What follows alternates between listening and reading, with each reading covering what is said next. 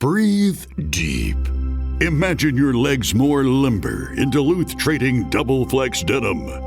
Envision euphorically squatting for that can of suds, bending for your toolbox in a state of bliss, lunging for your laser level on a whole new level.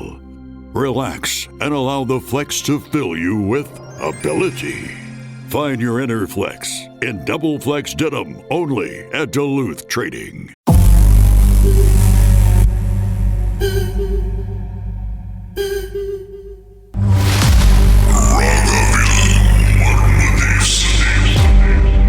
ஐசிலன் எந்த பேய பாத்தீங்க?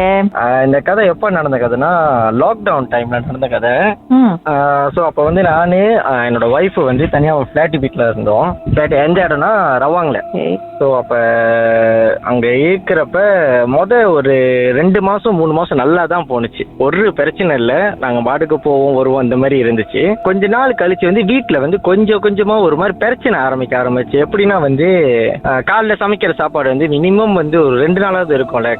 ஐ மீன் இன்னைக்கு சமைச்சோம்னா நாளைக்கு வரைக்குமாவது இருக்கும்ல, நாளைக்கு காலைல வரைக்கும் அந்த மாதிரியாவது.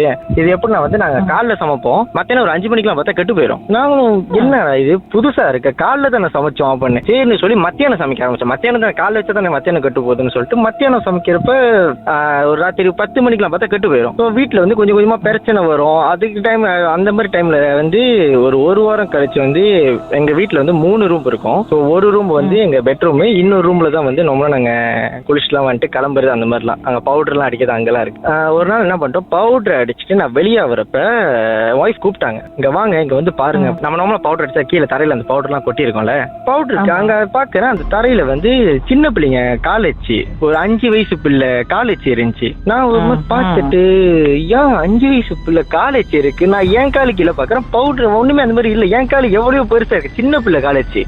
ஒய்ஃப் கிட்ட சொன்னேன் மேபி வேற ஏதாச்சும் ஜாமாவா இருக்கும், அது நம்ம சீலா ஃபார்ம் பண்றோம் அப்படின்னு சொல்லிட்டு இது பண்ணியாச்சு. அப்புறம் மறுநாள் வைஃப் என்ன பண்ணாங்க, அதே மாதிரி வெளியே கிளம்புறப்ப அந்த ரூம்ல வேணுமுன்னே தரையில வந்து அந்த ரூம் ஃபுல்லா ரூமுக்குள்ளே இருந்து வெளியே வரைக்கும் அப்படியே பவுடர் கொட்டிக்கிட்டே வந்துட்டாங்க ஹால் வரைக்கும்.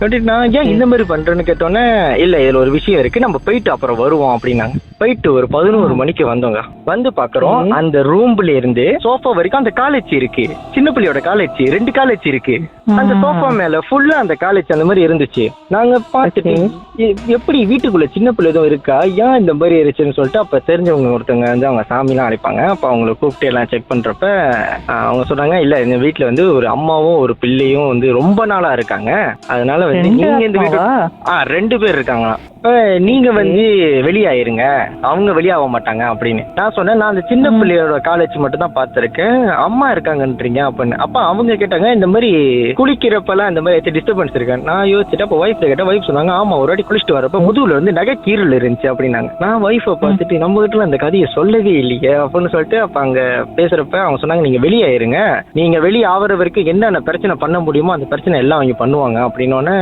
சரி பாத்துக்குவோம் பிரச்சனை இல்லை அப்படின்னு சொல்லிட்டு அந்த மாதிரி சொல்லிட்டோட மறுநாள் மத்தியான டைம் இருக்கும். நான் நல்லா தூங்கிக்கிட்டு இருந்தேன். ஒய்ஃப் வந்து சமைச்சுக்கிட்டு போன் பேசிட்டு இருந்தாங்க, ஹாலுக்கும் கிச்சனுக்கும் நடந்துகிட்டு இருந்திருக்காங்க. அப்ப என்ன பண்ணிட்டாங்க, என் காலு கிட்ட வந்து நான் மெத்தில படுத்திருக்கல, என் காலு கிட்ட வந்து ஏதோ ஒரு கருப்புகள் உருவம் வந்து உட்கார்ந்து இருக்கிறத பாத்துருக்காங்க. அவங்க பார்த்துட்டு சத்தம் போடல, என்னை எழுப்பல, எதுவுமே பண்ணல, சத்தம் இல்லாம திரும்பி கிச்சனுக்கு போயிட்டாங்களா. நான் பொறுமையா எந்திரிச்சதுக்கு அப்புறம் என்கிட்ட சொன்னாங்க. நான் கேட்டேன், ஏன் என்கிட்ட சொல்லல அப்படின்னு. இல்ல நீங்க சொன்னா பயந்துருவீங்க அப்படின்னு சொல்லிட்டு அவங்க அந்த மாதிரி சொல்லிட்டாங்க. அதுக்கப்புறம் அன்னைக்கு ராத்திரி எனக்கும் ஒய்ஃபுக்கு வந்து ஒரு சின்ன மன வருத்தம். அவங்க ஹால்ல படுத்துட்டாங்க, நான் ரூம்ல படுத்தேன். சின்ன சண்டை, அவங்க ஹால்ல படுத்துட்டாங்க, நான் ரூம்ல படுத்துட்டேன். சரி நாளைக்கு காலைல செட்டில் ஆயிரும் அப்படின்ட்டு. அப்புறம் மெத்தை நான் அந்த சைடு திரும்பி படுத்திருந்தேன். எனக்கு பின்னாடி மெத்தையில வந்து யாரோ படுக்கிற மாதிரி இருந்துச்சு. நான் சரி ஒய்ஃப் தான் போல அப்படின்ட்டு பேசாம படுத்து நான் தூங்கிட்டேன். ஒரு 10 நிமிஷம் தான்க்கா இருக்கும். போர்த்தி இருக்கேன், என் போர்த்திகை வந்து யாரோ பின்னாடி இருந்து இழுக்கிறாங்க, அதாவது என் கழுத்தை நெரிக்கிறாங்க. நான் வந்து என்ன நினைச்சேன்னா, எனக்கு என் ஒய்ஃப் தான் என்ன சண்டையாச்ச, ஓ இவங்க ஏதோ மாஸ்டர் பிளான் போடுறாங்க, நான் அப்படி வச்சுட்டேன். டக்குனு இது பண்ணிட்டு திரும்பி பாக்குறேன், யாருமே இல்ல மெத்தில. ஒய்ஃப் வெளியே ஹால்ல தான் படுத்திருக்காங்க. நான் என்ன பண்ணிட்டேன், வேணும்னு எந்திரிச்சு போயிட்டு ஒய்ஃபை கூப்பிட்டு நீங்க உள்ளே வந்து படுத்துக்கிறேன்னு சொல்லிட்டு அவங்க உள்ள வந்து படுத்தோன்னா, காலைல எந்திரிச்சோன்னா ஒய்ஃப் சொல்றாங்க, நான் ஹால்ல படுத்திருந்தேன், சோஃபால படுத்திருந்திருக்காங்க, அவங்க காலை யாரோ சோஃபால இருந்து கீழே தூக்கி போட்டு விளாண்டுருக்காங்க. தூக்கி போட்டு விளாண்டாங்களா. நான் கேட்டேன், நேத்து அதான் நான் கேட்டேன், நேத்து அப்ப என் பக்கத்துல வந்து கழுத்து மாதிரி அந்த போரி வச்சு எரிச்சது யாரு அப்படின்னு. நான் தான் வெளியே படுத்திருந்தேன் அப்படின்னாங்க. நான் பார்த்துட்டு ஓ சரி ஓகே. அப்ப நாங்க என்ன பண்ணோம், ஓனர்ட்ட எல்லாம் கான்டாக்ட் பண்ணி சொன்னோன்னே அவங்க வந்து எனக்கு அதெல்லாம் தெரியாது, சேவை காசு மட்டும் கரெக்டா கட்டிருங்க அப்படின்னு ஒரே பேச்சா முடிச்சிட்டாங்க. அப்ப அப்படி விட்டுட்டாங்க. நாங்க என்ன பண்ணிட்டோம், சரி பரவாயில்ல சரிப்படாதுன்னு சொல்லிட்டு அவசர அவசரமா வேற வீடு பார்த்துட்டு வேற வீட்டுக்கு பீண்டா ஆக போறப்ப ஜாமான் பீண்டா பண்ணிக்கிட்டு இருக்கோம். 2 பேர் மட்டும் தான், நானும் எங்க அண்ணனும் மட்டும் தான் ஜாமா பீண்டா பண்ணிக்கிட்டு இருக்கப்ப ஏத்து வீட்டுல வந்து ஃபுல்லா தமிழவங்க தான் அந்த இடத்துல. அப்ப ஏத்து வீட்டுக்காரங்க என்கிட்ட பேசினதே இல்லை அத்தனை மாசம். அந்த அன்னைக்கு வந்து ஜூஸ் எல்லாம் ஊத்தி கொடுத்துட்டு பாவம் பார்க்க பாவமா இருக்கீங்க, 2 பேர் மட்டும் ஜாமா தூக்குறீங்க, தண்ணி குடிங்கன்னாங்க. நானும் குடிச்சிட்டு எங்க கிளம்புறீங்க சொன்ன வீட்டுக்கு கொஞ்சம் பிரச்சனைக்கா, அதனால நாங்க வீடு பீண்டா ஆகுறோம் அப்படின்னு. இந்த வீடு அப்படிதான் இதுக்கு முன்னுக்கு இருந்தவங்களும் சொல்லியிருக்காங்க, ரொம்ப பிரச்சனை இந்த வீட்டுல, அப்பப்ப சத்தம்லாம் கேட்கும் ஆள் இல்லாத நேரத்துல கோச வீடா இருக்கிறப்ப அப்படின்னாங்க. நான் பார்த்துட்டு இத்தனை நாள் வீட்டு முன்னுக்கு தானே இருந்தேன், ஒரு வார்த்தை கூப்பிட்டு சொல்லியிருக்கலாம் இந்த மாதிரி.